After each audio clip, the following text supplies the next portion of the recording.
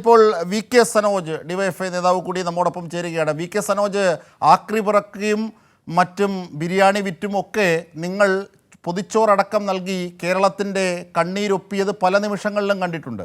ഈ ദുരന്ത ഭൂമികയിലും സേവന പ്രവർത്തനങ്ങളിൽ, ദുരന്ത നിർമ്മാർജ്ജന പ്രവർത്തനങ്ങളിലൊക്കെ നിങ്ങൾ സജീവമായിരുന്നു. ഇപ്പോഴിതാ വീണ്ടും ഞങ്ങൾക്ക് ആശ്വാസവും അഭിമാനവുമായി നിങ്ങളിതാ വീടും, അത് 25 ആദ്യം പ്രഖ്യാപിച്ചിരുന്നത്, ഇപ്പോൾ 100 എങ്ങനെയാണ് വികസിച്ചത് അതടക്കം?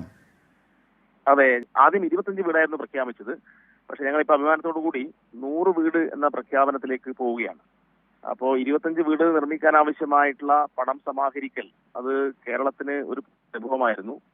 ആക്രി പെറുക്കിയും ചായക്കട നടത്തിയും അങ്ങനെ പല വിധത്തിലുള്ള അധ്വാനം, ചെറുപ്പക്കാരുടെ അധ്വാനം, പിന്നെ ചില ആളുകൾ, പ്രത്യേകിച്ച് ഡിവൈഎഫ്ഐയുടെ സഖാക്കൾ അവരുടെ വിവാഹം നടക്കുന്ന ഘട്ടത്തിൽ മറ്റ് ചടങ്ങുകളെല്ലാം ഒഴിവാക്കി അതിന് സമാഹരിച്ച് വെച്ച പണം ഞങ്ങൾക്ക് തരുന്നതല്ലേ ഉണ്ടായി. പുസ്തകങ്ങൾ വിറ്റ് പൈസ ഉണ്ടാക്കി, മത്സ്യം വിൽപ്പന നടത്തിയിട്ടുണ്ട്. അതുപോലെ തന്നെ എന്ത് വേണ്ട പുരസ്കാരങ്ങൾ നമുക്ക് തന്നിട്ടുണ്ട്, ഫെലോഷിപ്പിന്റെ തുക തന്നിട്ടുണ്ട്, ചില ആളുകൾ കിട്ടിയ ഒന്നാമത്തെ ശമ്പളം നമുക്ക് തന്നിട്ടുണ്ട്, ആഭരണങ്ങൾ ഇവർ തന്നിട്ടുണ്ട്, ആട്, പശു തുടങ്ങിയിട്ടുള്ള വളർത്തുമൃഗങ്ങളെ ഞങ്ങൾക്ക് തന്നിട്ടുണ്ട്. ഇങ്ങനെ ഡിവൈഎഫ്ഐ ഒരു ആവശ്യം പറഞ്ഞപ്പോൾ റെസീറ്റ് ഉപയോഗിക്കാതെ തന്നെ, റെസീറ്റൊന്നും ഇല്ലാതെ തന്നെ ആയിരക്കണക്കിന് ആളുകൾ ഞങ്ങളുടെ കൂടെ നിൽക്കുകയും നിങ്ങൾക്ക് ആവശ്യമായിട്ടുള്ള പണം ഈ സമാഹരണത്തിൽ ഭാഗമാക്കുകയും ചെയ്തു. അതിന്റെ ഭാഗമായിട്ട് ഞങ്ങൾക്ക് 20,44 ലക്ഷത്തിൽ കൂടുതൽ രൂപ സമാഹരിക്കാൻ വേണ്ടി കഴിഞ്ഞു.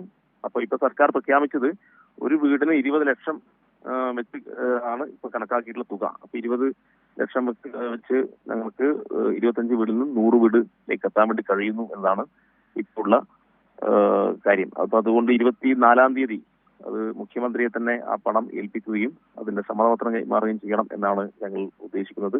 അതുമായി ബന്ധപ്പെട്ട ഒരു വലിയ ചടങ്ങ് 24-ാം തീയതി തിരുവനന്തപുരം സെൻട്രൽ സ്റ്റേഡിയത്തിൽ വെച്ച് വൈകുന്നേരം 5 മണിക്ക് നടക്കുകയാണ്. ശരി, സന്തോഷം, സന്തോഷം, അഭിവാദ്യങ്ങൾ. തീർച്ചയായും വി കെ സനോജ്. കാരണം ദുരന്ത ഭൂമികയിൽ കേന്ദ്രം പോലും ഇത്തരത്തിൽ നിസ്സംഗത കാട്ടുമ്പോഴാണ് ഡിവൈഎഫ്ഐ മാതൃക തീർക്കുന്നത്. ഇതിൻ്റെ പ്രഖ്യാപനത്തിൻ്റെ വിശദാംശങ്ങൾ കൂടിയാണ് വി കെ സനോജ് നമ്മളുമായി പങ്കുവച്ചത്.